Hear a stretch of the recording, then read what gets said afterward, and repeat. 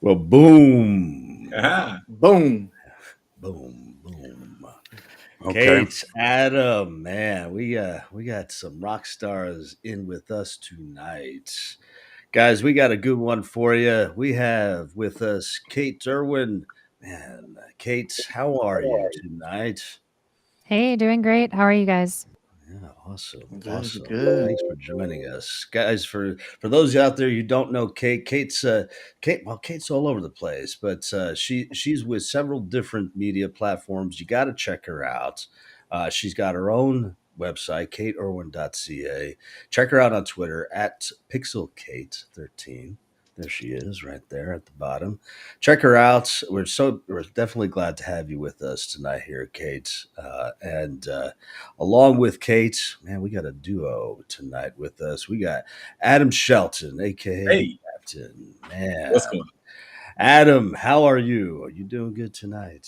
I'm doing pretty good tonight. I'm liking the setup, love the intro, and let's have some good time today. Let's go. Yeah. Right. Absolutely, absolutely. And for those of you who don't know Adam, if you've been living under a rock for a while here, Adam's one of the biggest shillers in the crypto space, and he's now dev over Ether Project. So, got to check that out. We're going to be talking about the Ether Project in just a little bit, and this way, show some love to that group over there. New project looks Absolutely. awesome.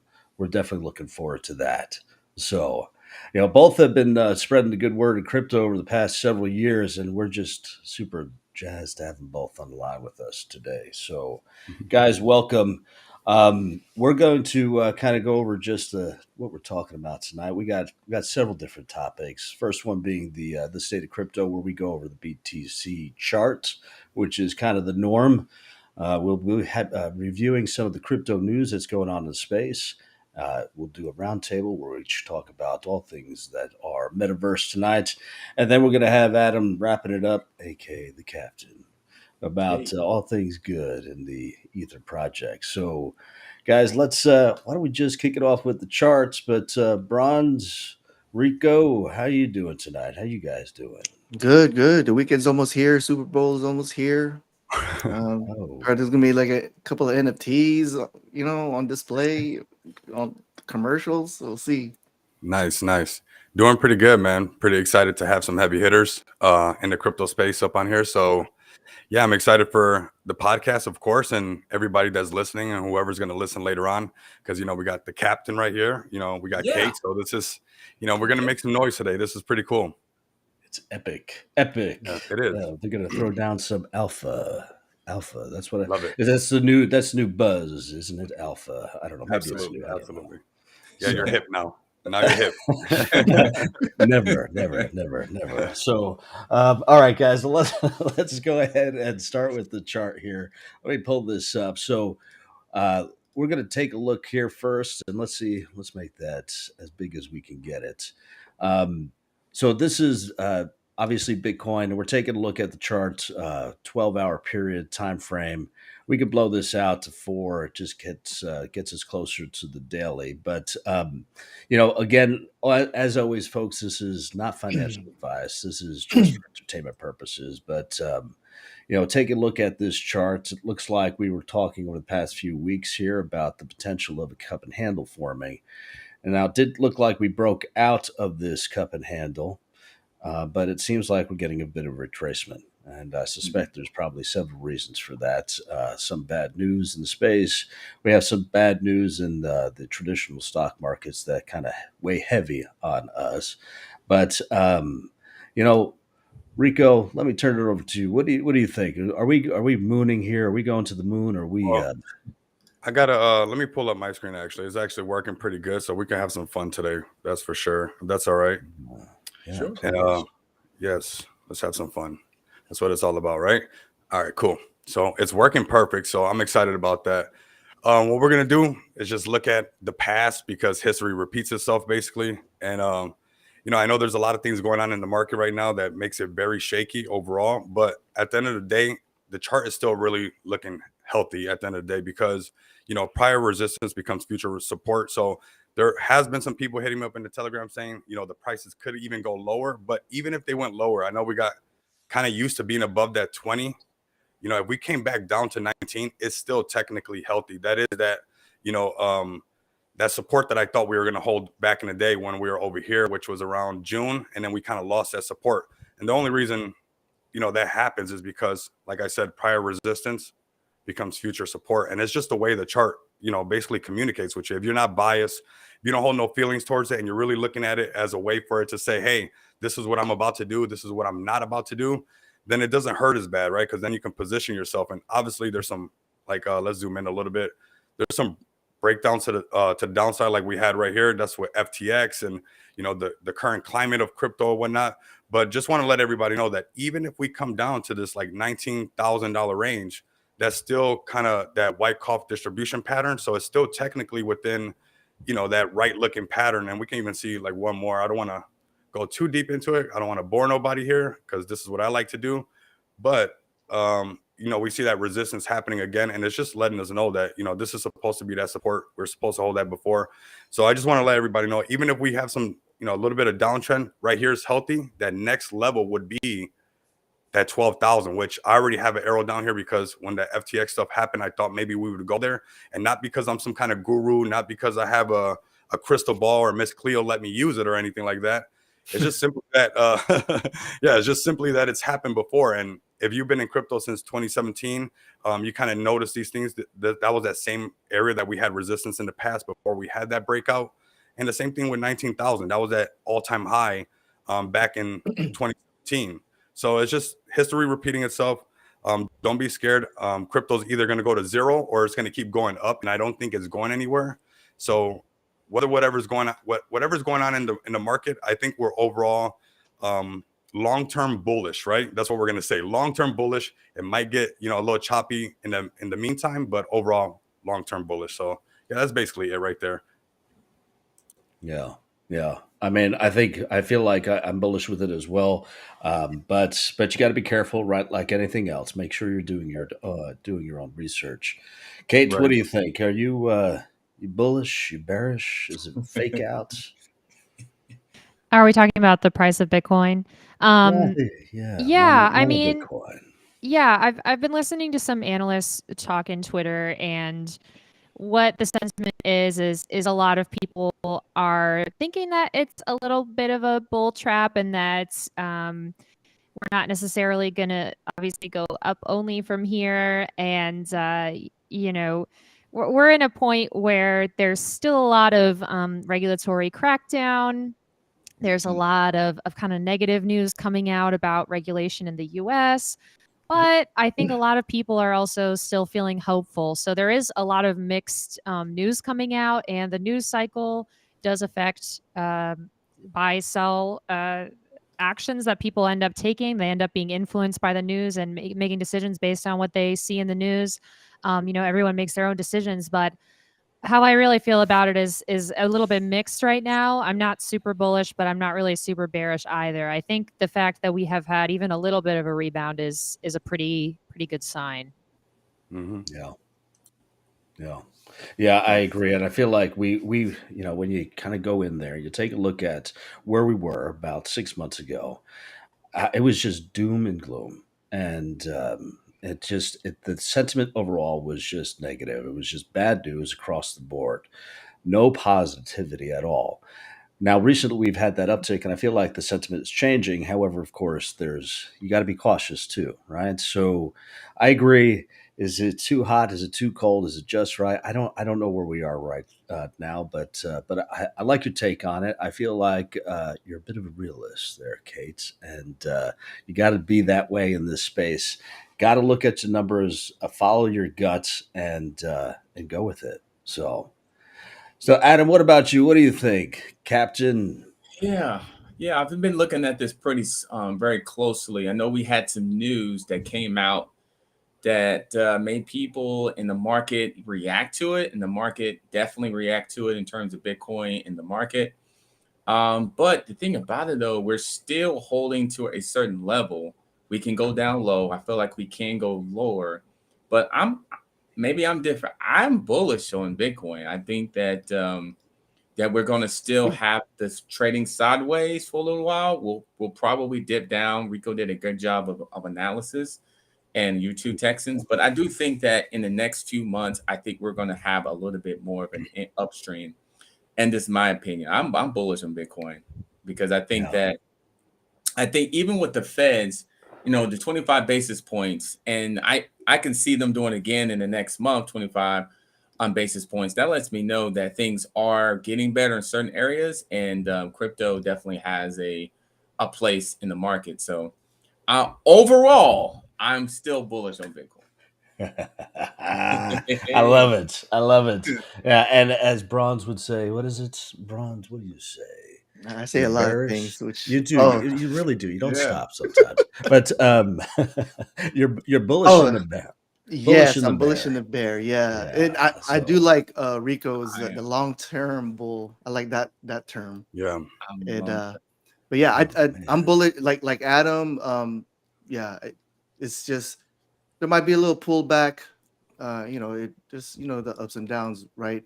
Like I said before, I see us going this year. We can hit. I feel like we can hit 30K, and yeah, so yeah. You guys pretty much covered it. Yeah. I think overall, obviously, I feel like if we didn't think that there was the future in this space, none of us would really be here. Right. Whether or not we're fully It's bullish, very we're all in it, or we're bearish, or we're neutral at the moment. We all know and feel. I believe. I won't speak for all of you, but I believe that we are here because we believe this is future. Um, so we'll just have to see what this takes us for the next year. I mean, we got a lot coming up over the next year. We do have FTX with the SEC coming up as far as what that is going to look like. That's coming up in March. I feel like there is the potential for some positive news, but as of late, as of late, it's been pretty darn bullish. But we did get some news recently, and we're going to cover that in just a minute here. And maybe that's kind of the good transition to it. So, if we were talking earlier this week about it, and it kind of just popped up, Binance and dropping the U.S. dollar overall. Now, just pull up an article here. This is actually from, and please don't sue us, CNBC, but it's all for the greater good. We're probably not even on your radar, but bullish to us if we are. Come at us, shut us down. Let's see here. So this article right here talks about crypto exchange Binance suspending U.S. dollar transfers, and just to give a few highlights here, they are looking to suspend, or at least they made a comment that they're going to temporarily suspend USD bank transfers as of February 8th. Now, they continue almost in the same breath, indicating this is not really a big deal because 0.01% of our monthly active users leverage USD bank transfers.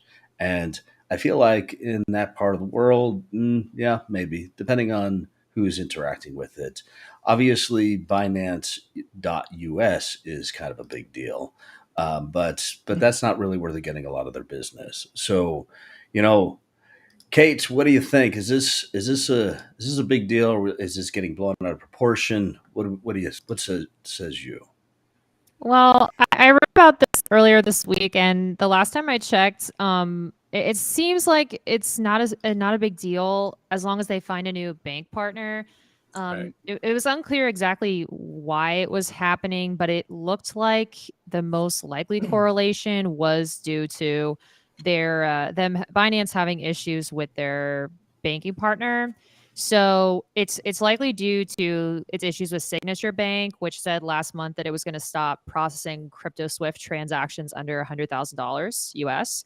So it's likely that Binance's decision was in response to this issue with Signature Bank, and since then Binance has updated its list of countries where Swift transfers aren't supported. So I think obviously Binance wants to offer as many options to people as they can when it comes to allowing them to move their money around. But it's worth noting that Binance also said that only 0.01% of all of its traders were using that feature. So yes, many news outlets picked this up and made it into headlines, and we all covered it. We all wrote about it, but it's like only 0.01% of all traders were using the feature. So does it really matter? Probably not. Hopefully it doesn't snowball into something bigger, though, considering that it's the result of an issue with a banking partner. But I don't think it's a big deal right now for crypto at all. Yeah. Yeah. And you're right. I feel like if you just read the headline and you just move on, it could get blown out of proportion. And you know how the Twitter space can get. It becomes a real S storm really quick. And there's massive misinformation being placed all over the place. But is it a big deal? I don't know. I think that remains to be seen. We'll have to see how this plays out. Adam, what do you think? Big deal? Not a big deal? Going to be a big impact? I agree with Kate. I think that it's not a big deal, but it's definitely something to be aware of. I do remember them doing the deal with Signature Bank and definitely doing something with that as well. And it seemed like Binance is always in the news. You guys realize that for something, the world's largest cryptocurrency exchange, it seemed like they're always in the news for something, either if a purchase or a transaction, or they're doing something with their customers, or listing or delisting. They seem like they're always in the news. I don't know. And you know what? That could be a good thing. The fact that in the news, but keeping things aware. So, but for this thing that we're talking about, I don't think it was a big deal, but it's something to keep an eye on it. No question. Yeah. No, and right, you bring up a very good point, right? I mean, and man, I just feel like I'm quoting bronze all over the place tonight. But no news is actually really bad news in the crypto space, and any news in the crypto space is good news, whether it's good, bad, or ugly. But I agree. As long as they're staying in the spotlight and being the largest exchange on the planet, that says something. And it anything that they say could potentially be taken out of context. People are going to read into it, and who knows? Who knows that's going to happen? But I feel like just getting news out there, getting the word out there. That's kind of what they're attempting to do as well. It's free advertising. Yes. Yeah, I think Kate brought up a good point, and it kind of like segue right into what we were talking about, and kind of like what I was explaining on the charts.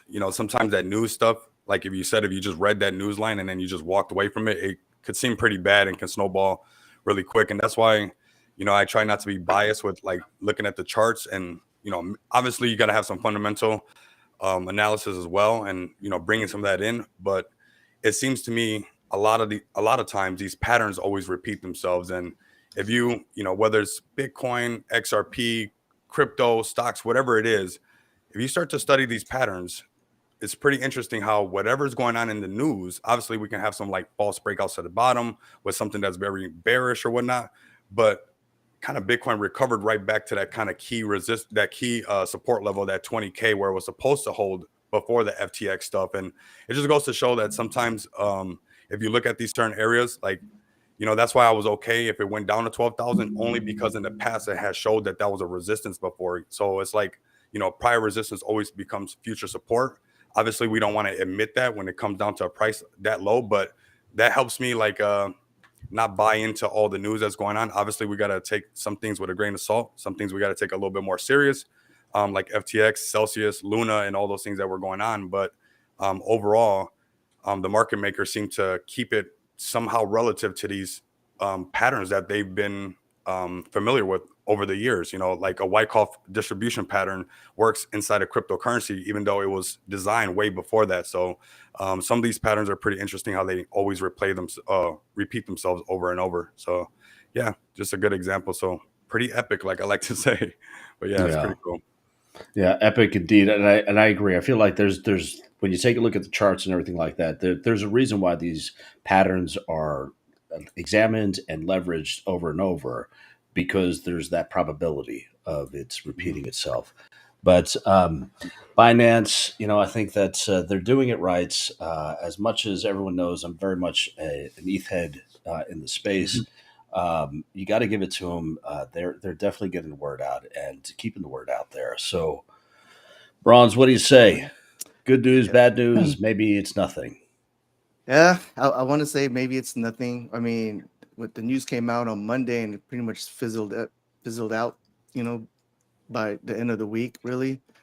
Um, it's funny because BNB, it's just with last year they had that leak, with that bridging leak issue, and I don't know, the news came out and then it fizzled out as well.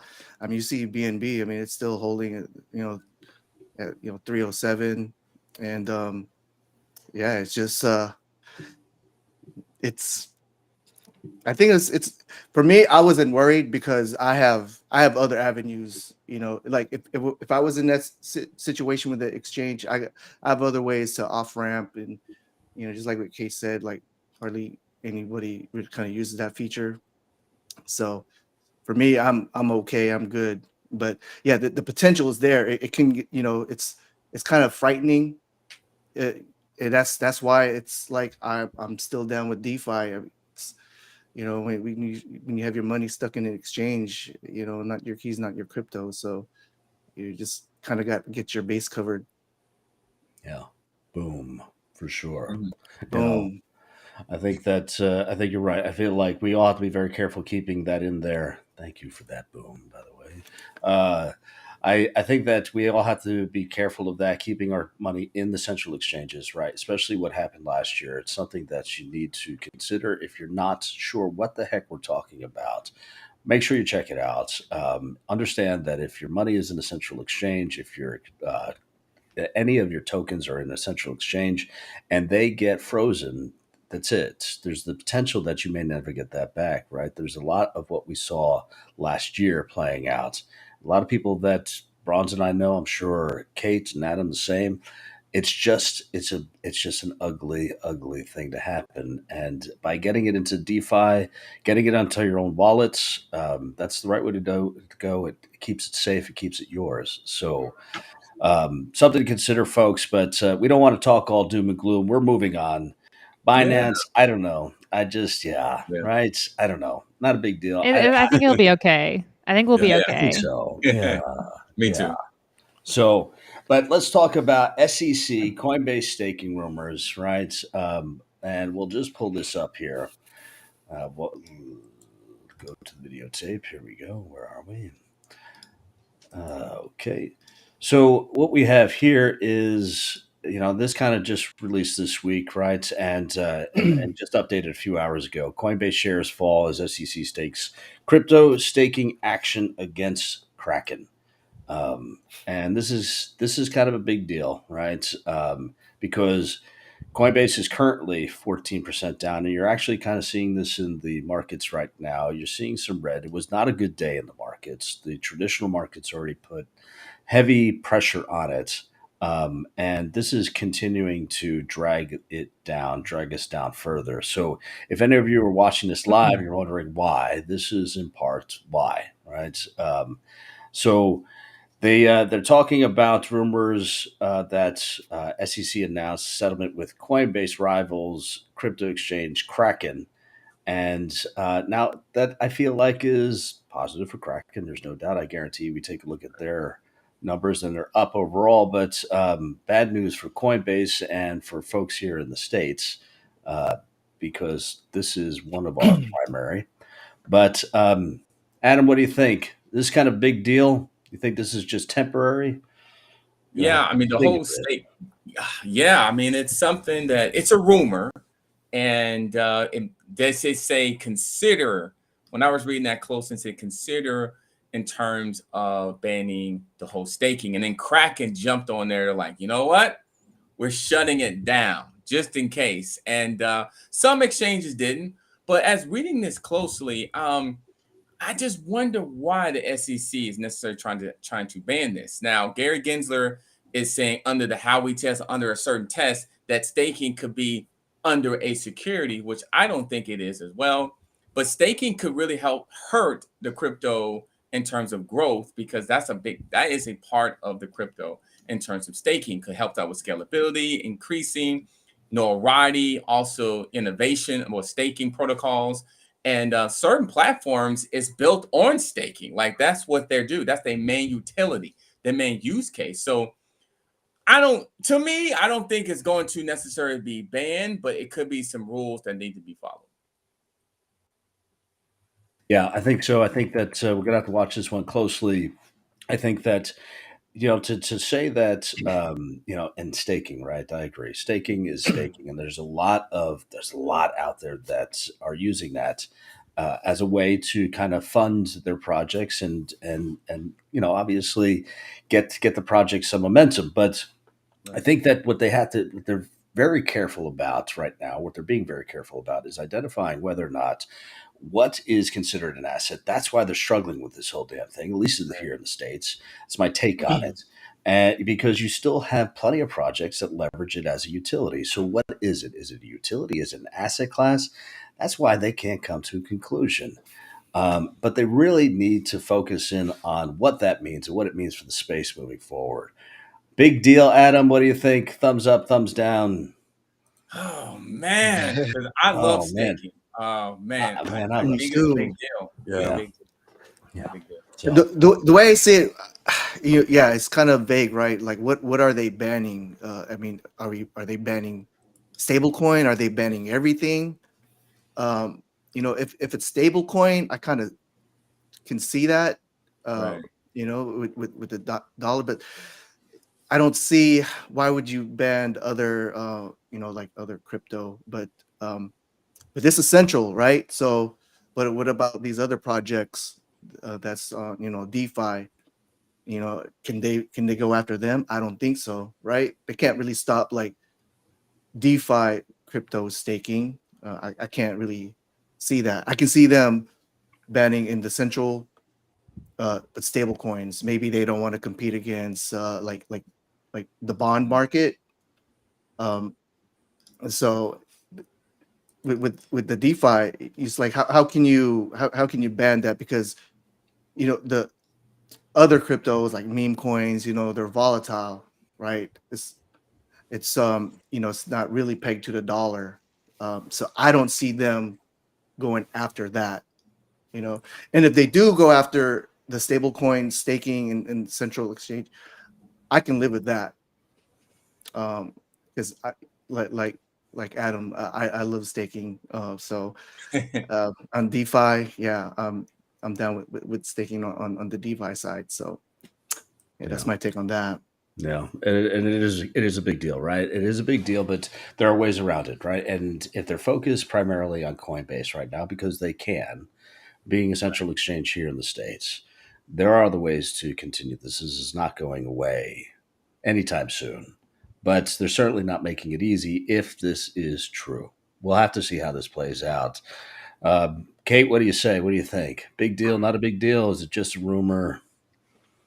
Yeah, this one's a big deal. So, I mean, the problem with crypto regulation is that the SEC, from all of my understanding and following the space, is that the SEC has never made it clear how they want to define crypto. What is crypto? What are crypto tokens? Are they securities? Are they commodities? Are they both? I've written about multiple articles on covering many different cases where you get the SEC and the CFTC. The SEC obviously regulates securities, and then the CFTC regulates commodities. You get both of them going after the same crypto company for the same token. And so right now it's a bit awkward because everyone's kind of saying, oh yeah, it's a security and it's a commodity. It's like, can it be both? Probably not, in my opinion. So it's a little bit frustrating for, I think, crypto companies who want to comply with the regulators, but the regulators aren't giving clear-cut definitions and setting out clear-cut rules of, okay, this is what crypto is to us. I mean, you have people like Gary Gensler, who is notoriously anti-crypto and has historically spoken out against crypto. He basically wants everything to be considered a security. But then you have other people at the SEC, like Hester Pierce, I think her name is. Yes, Commissioner Hester Pierce. She is very pro crypto compared to Gary, but she actually is against what the SEC ruled today with Kraken. So there's infighting right now within the SEC about what what to do about crypto staking, about what to do with crypto in general. We see a lot of former SEC regulators go on to work in the crypto industry on staff and join crypto companies. So there's a lot of infighting. If I had to speculate, it seems like there's a lot of infighting and there's a lot of debate still to be had here. So it is frustrating for crypto companies and for us to come in and be like, come on, give us rules already so we can comply. And then you have people like Gary saying we want to shut it all down, and then we have people like Hester trying to fight that. So it's interesting. I mean, I think in terms of like what is quote unquote like bullish coming out of this is definitely Hester's statement that was released immediately after the SEC released their statement saying that, Kraken to discontinue unregistered blah, blah, blah, and pay $30 million to the SEC, to have a high level SEC actor publish an open statement saying, I disagree with what was done. This was, I dissent is fascinating.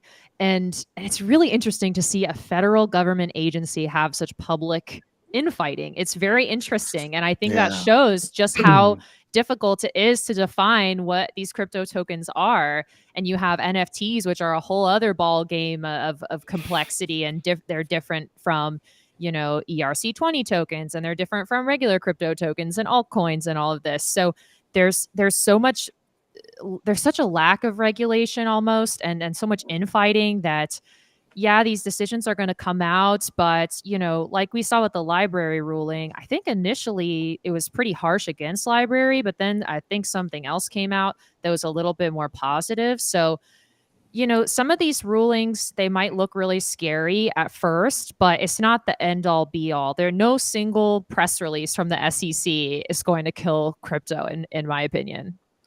Yeah. And I agree. I feel like it's funny because we had this conversation with our lawyers back in October of last year. And they said, listen, we can't truly define this for you. We can't tell you if this is a security. We recommend that you file with SEC. We recommend that you follow those rules. And here's why.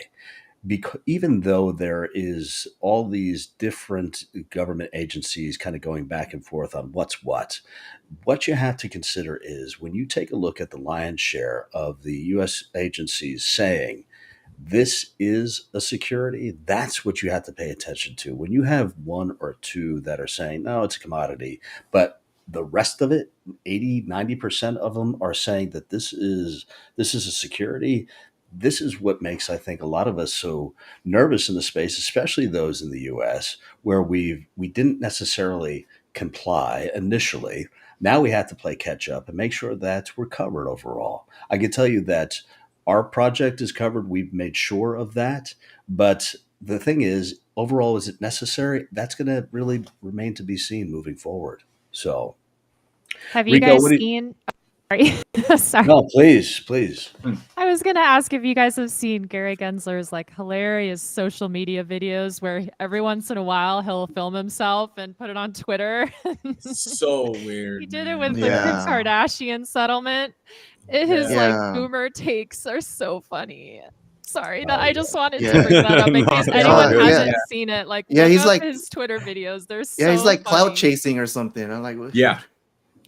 Right. Like Grandpa Gary says, crypto's bad. Yeah, It's like, you're a government figure. What? It's just so crazy. I mean, they want to ban crypto. I think it's fear. And do you think the whole freedom aspect of it? I mean, staking brings a lot of positive improvement to the space, like increased security, potentially scalability, carbon footprints, more things there. And it's a sense of freedom that you don't have to necessarily go through a banking protocol, and make sure that if I'm staking crypto, we're not even touching the necessary banks. And the banks know that. And the people that control the banking, they know that as well. So I agree with things with Kate, what everybody's really saying. Crypto gives people a sense of not only responsibility, but freedom and scalability. Like crypto could be the answer to somebody's problem, not necessarily a bank. And now the banks are like, okay, we notice our numbers may be a little bit down in terms of our overall investing strategy here. We don't get the customers like we need to. We know there's crypto in terms of staking and scalability, that's going up and it's becoming more popular. And now projects and companies are building a whole awareness around staking and other things around staking. You stake this, you get this, you get this, you get this. It's like your buffet. You go up to Denny's or anything, Golden Corral, you get anything you want. And staking kind of can bring that. And they're sitting back there like, okay, we want to kind of control it. That's what they want to do. They want to control. They want to tax it. They want to tax it. You ain't control cryptocurrency. 100. Yeah. The only thing. The only. Oh, sorry. Go ahead. No, what I was gonna say is, like we brung up the banks and stuff like that, and we got the staking king here with Adam Shelton. Definitely knows a lot about staking, but there's always going to be like these like double-edged swords with stuff like we brung up the banks, and what they're mad about is essentially not sit there anymore for them to roll it out, right? That's what they're doing. In a bank, so not staying like technical difficulties. I'll use these funds like they did before. Yeah, Mad Max. Yeah. So we're getting a little bit of the of Matrix for a second. Yeah, I know. I was looking around. Is Keanu Reeves around here? Go ahead. All right, bro. Yeah, you seem to be frozen. But I think overall, I think we hear you, Rico. I think that overall, it's definitely a unique situation that we're in, and we'll have to see what kind of happens moving forward. This is one that we're all going to have to really pay attention to. There's no doubt about it. But Rico, you seem to be frozen, so you maybe just want to leave and come back in and see if that helps. If you can hear me with this, otherwise I'm just going to kick you out, brother. But we're going to go ahead and move on here. We're short on time. Man, time goes so by, especially when we have quality guests here. I feel like time goes by so quick. I got to turn this over to Kate because I'm not familiar with this topic. Dookie Dash, what do we got going on in this space, Kate? Tell us more. What's the concerns? What are we talking about here? Yeah, so Dookie Dash or Dookie Dash, however you want to pronounce it.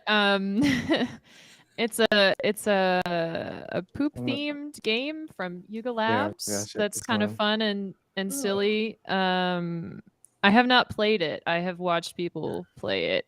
And it's an endless runner game. Basically, you needed to have a bored ape or a mutant ape in order to mint a pass to get access to this.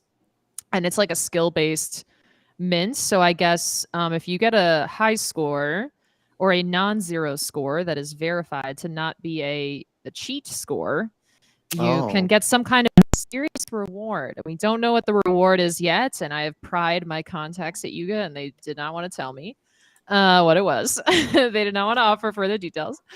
So it's a secret still.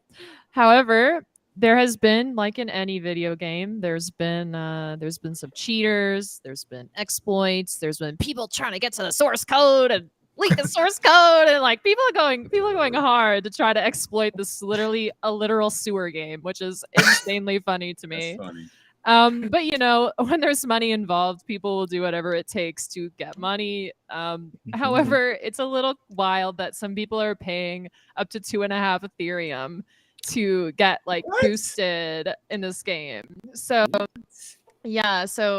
I connected with 2 different boosters who said that they charge a minimum of about $300 to $400 to get you a score in this game, and they'll charge up to 2.5 Ethereum, which is over $4,000 to get you a high score in the game. So people really think that Yuga's going to offer some substantial reward if you get a high score. But the thing is that even if you bought one of these boosters, paid one of these boosters to I guess play on your account for you, that Yuga, there's a very good chance that Yuga will catch you and be like, hey, you're the person who boosted your account used a cheat or an exploit, get wrecked. You're not getting anything. They have been consistently doing that. So they have been catching a lot of people, but I mean, I don't think Yuga doesn't think that it's a lot of their audience that is cheating. They don't think it's a big demographic. So it is possibly a small group of people that are actually cheating, but you know, every competitive game has its cheaters and boosters and whatnot. So it's just kind of wild how much money people are sort of spending on the hopes that, you know, their score won't get caught. Right. And revealed as Dang. Yeah. like manipulated score basically. But people Actually, have come up with all kinds of crazy hacks like to try to exploit this game. that's pretty actually, and there's a lot of great things going on in that space, especially for that project. And I'm not familiar with that in particular, but Bronze Rico, you watching that? I think we're gonna have to steal that for ours because that's brilliant.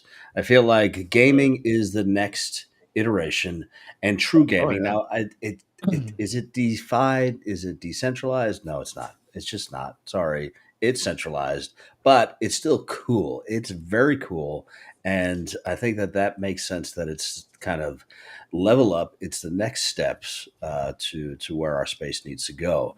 Rico, I'm going to throw it right back at you since you're back on with us. What do you Right. think? Is Dookie Dash?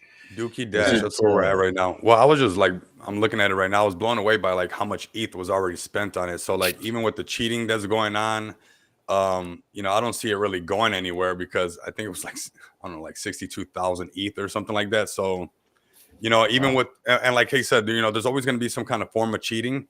It can mess up certain games, like, right, if they don't patch it up and really keep like kind of take the competitiveness out of it, because essentially, you know, people are cheating and kind of take the fun out of it. And considering that people do have to play or pay to play on this, you know, I'm sure it's something that they're going to look into fixing. But right now, I'm sure they got enough funds to do what they got to do, because I was looking at it. I kind of lost it because I got booted and stuff. My bad, everybody.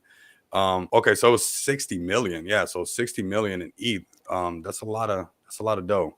So Goodness gracious. wow. yeah, it's not going nowhere. It's kind of crazy people playing this and kind of, you know, adding to their bag and also spending to play this, right? And not even a small amount. Like some of the numbers were kind of wild. Some people were spending, you know, 0.3 ETH all the way up to like 4,200 in ETH just to kind of cheat. So it's like people are even paying that much to cheat, which is kind of wild, you know. But it just goes to show, like, if you take away all the cheating and everything, and you know, obviously people are not happy about it, it goes to show how much money is still in the market, right? You know, obviously we say the market's, you know, there's no money in it or whatever, but if people are throwing, you know, this much money at it, there's still some money lingering around that we can probably capture in maybe the Captain's project, or maybe one of Kate's project, or maybe even BRB Cash project, because there's ETH being thrown around everywhere. So it's not that dry out there, actually. Yeah. Boom. Drop the mic. Oh. Yes. So, you know, with that said, I think maybe now's a good transition time because we're pushing the hour. I think this time around, folks, we're gonna have to skip metaverse. Boo. We're gonna talk about that next time, I think. But you know, Captain, we wanted to get down. We want to hear what's going down with the Oh, Ether project, man. whew, What's good? What's whew. good going on, man? I'm ready. Just earning Ethereum. I mean, that's something I just got like a little buzz, and that buzz means that, you know, there's another Ethereum reward. I just think the most simplest thing I've seen in DeFi is Ether. Literally, you are earning Ethereum based off the taxes from transactions, you know, and you know, Ethereum is number 2 cryptocurrency we have, and I'm a big Ethereum person. I mean, a lot of these favorite projects is on Ethereum blockchain. You know, your favorite, you know, meme token or community token or just token in general, they have some Ethereum type relationships, even the Polygon Matics and all those. Ethereum is definitely a part of that. But anyway, just to earn Ethereum in terms of getting those rewards and getting that, and Ether allows you to do that automatically from your wallet. And you don't have to stake. So, you know, we don't really meet that situation there. So we don't have to crack down on staking. but it's automatically sent to your wallet, decentralized, and it's a good way of really just earning and just investing to something that I think in time that will go up in value because Ethereum is involved in it. And then I just got word that, you know, here in the next 24 hours, there's some other big time news going to be coming up. I think it's a use case where it could be used for a lot of different projects, not only projects, but like an investor, like a new investor, or an existing investor, this could be used as well, or it could be something completely different. But I do think it's going to be really good. But right now, Ethereum rewards, my investment that I invested to Ether, I already got it back within a few weeks, basically because of those taxes in Ethereum. So Ether is just unbelievable. Perfect name, good logo. I'm excited about the future of it.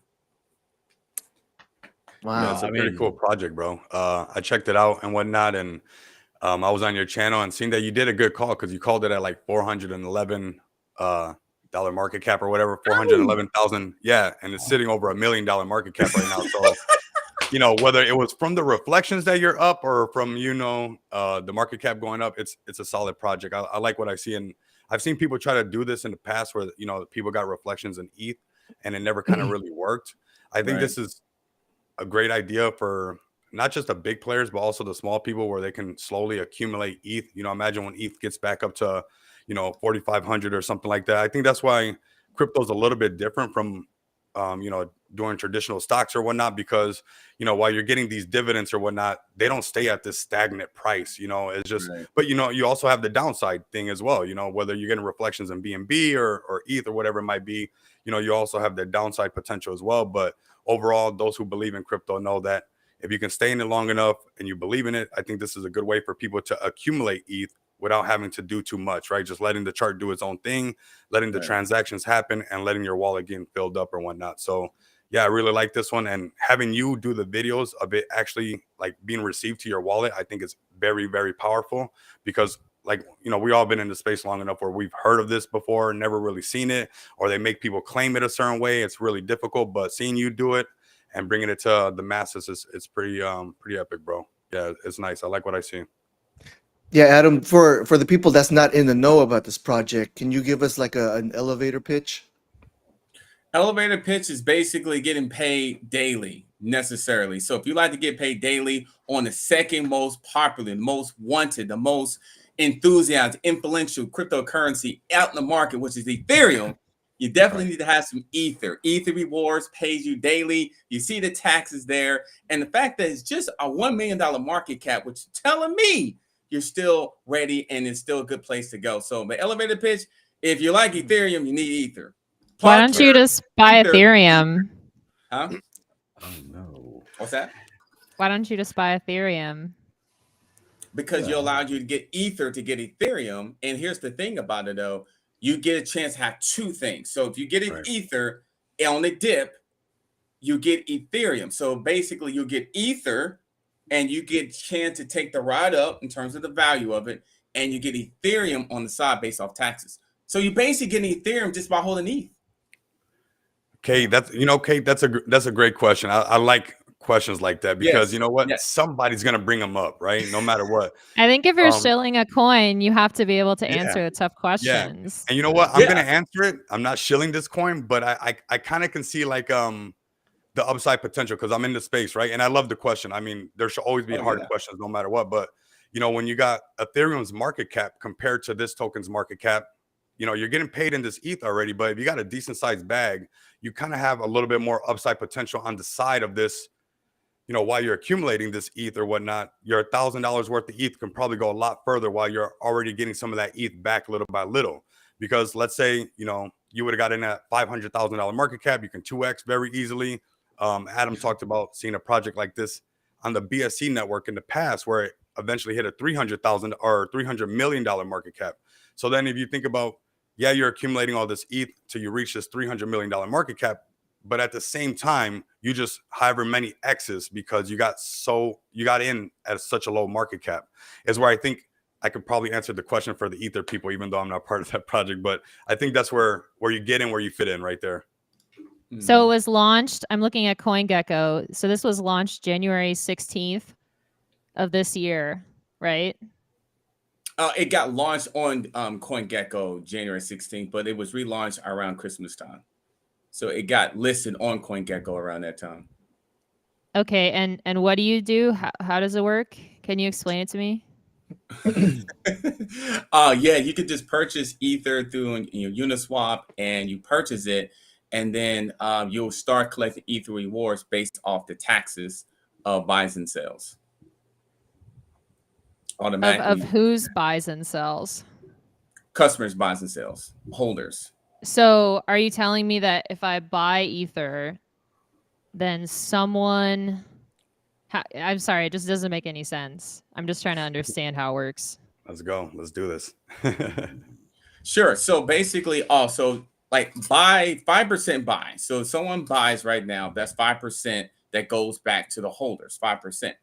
If somebody sells, there's 20% that goes back to the holders pot. So the contract reads it where it will fill it up and it'll distribute those rewards out when it hit a certain threshold. So 0.01, yeah, you can when you hit a certain threshold for a holder, the rewards automatically sent to you. Now, there is an application that you can go in and claim rewards.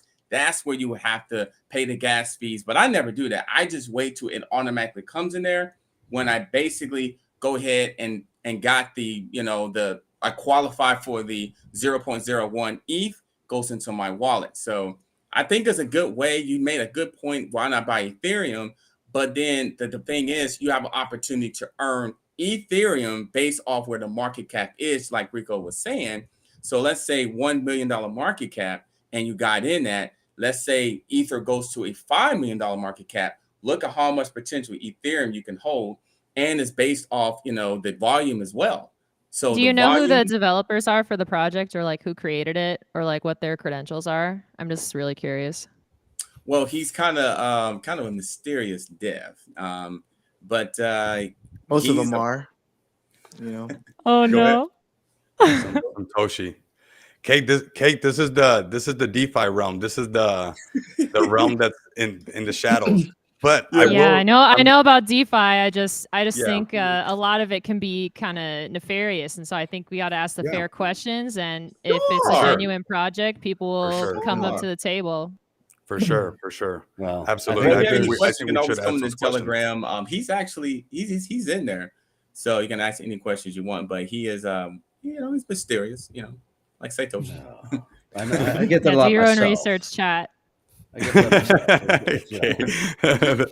That's what's up. I rock with it. But Kate, let me, and we're gonna stretch this out a little bit. We still got 3 minutes. I hope you guys don't mind, but because these are, I come from this little DeFi space, and I know you say you're from the DeFi space. There's risk in everything, right? But if you put $1,000 into Ethereum right now, we gotta wait a while before you make some of that money back. Basically, I wish my camera would look better. It did earlier, but forget about it, right? That's what they say. But anyways, if you bought 1 ETH right now, you would have to wait for ETH to go back up 5x or whatever to make some money. This has the potential to, and it is risky, right? That's why none of this is financial advice. Chat, you heard Kate, okay? Do your own research, right? Mm-hmm. But essentially, scare money don't make money, right? I'm not sure if you guys ever heard of that, but that is a real thing that exists. And, sometimes there's some risk that you guys got to take. Wait, did you just quote Cardi B? No. And you know what? I'll take it, even though I didn't get it from her. But it sounds better that way that I got it from her, anyways, than where I got it from. So I'll take the Cardi B route. But I just think that with everything, there's that upside potential. Obviously, there's some risk involved in it. But if you put $1,000 into ETH, you're gonna have to wait a while for ETH to bump all the way back up for you to really make some money. Where obviously, it's risky because we don't know who the Ether Toshi guy is, whoever it might be. But there is that upside potential, right? We don't got to be too serious in here. It's all about having fun, asking these questions, getting to the bottom of it, and learning and growing together. So, I get another question. So, Adam, like when you're earning ETH, where does that go? I mean, does it go straight to my wallet? Yeah, it goes right to your wallet. Yeah. Goes right to your MetaMask or your Trust wallet. Goes right into there once you hit a passive threshold of 0.01 ETH. So automatically, and you can check it. There's a Xerion app where you can literally check it in real time. So there's an app called Xerion, and you can actually load into it, add your wallet information in there, and so basically you can see the history what's happening with your Ether or any other token really. So I'm glued to that daily to finding out, okay, do I got a reward today?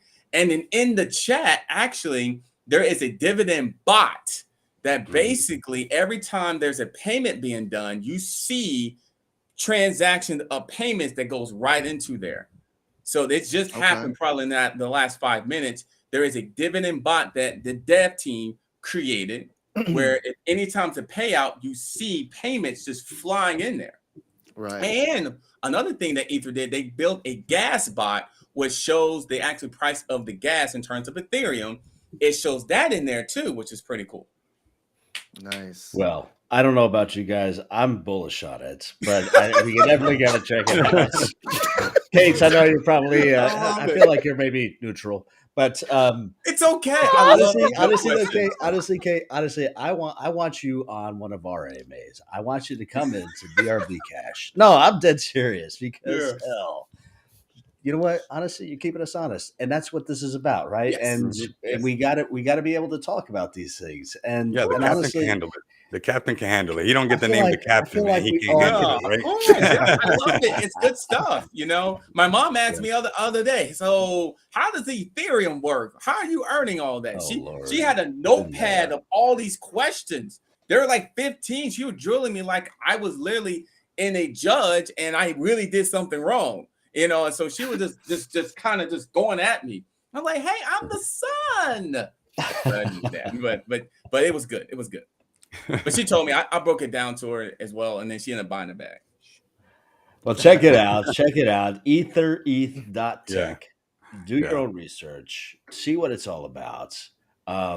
Definitely has some legs on it. Since they went live on CoinGecko, they have been skyrocketing. So check it out. See what it's all about. Do your own diligence. Yeah. Kate, thank you. Adam, thank you. We appreciate Thanks you for guys having me, coming guys. out. Thank you. But wait, Thanks for I'm hanging out. sorry. I totally forgot. We still have the giveaway. Now, we don't have any bells or whistles. I feel like we can do better at this moving forward. We got a 1 million BRB cash giveaway.